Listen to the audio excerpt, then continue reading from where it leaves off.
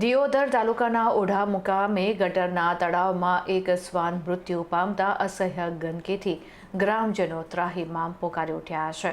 દિયોદર તાલુકાના ઓઢા મુકામે ગંદવાડ ત્યાં મંદવાડ સૂત્ર લાગી રહ્યું છે.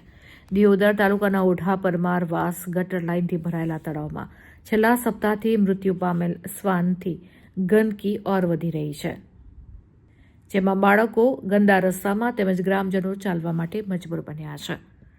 સરપંચ તેમજ તલાટી દ્વારા સફાઈ વિરાતો લેવામાં આવે છે, પરંતુ પૂરતી સફાઈ ઓઢા ગામમાં કરવામાં આવતી નથી તેવું લોકમુખે ચર્ચાઈ રહ્યું છે. અહીં સ્વચ્છતાના દાવા જૂઠા અને પોકળ સાબિત થઈ રહ્યા છે, ત્યારે ગંભીર રોગચાળો ફેલાવાની દહેશતથી ગ્રામજનો ફફડી રહ્યા છે.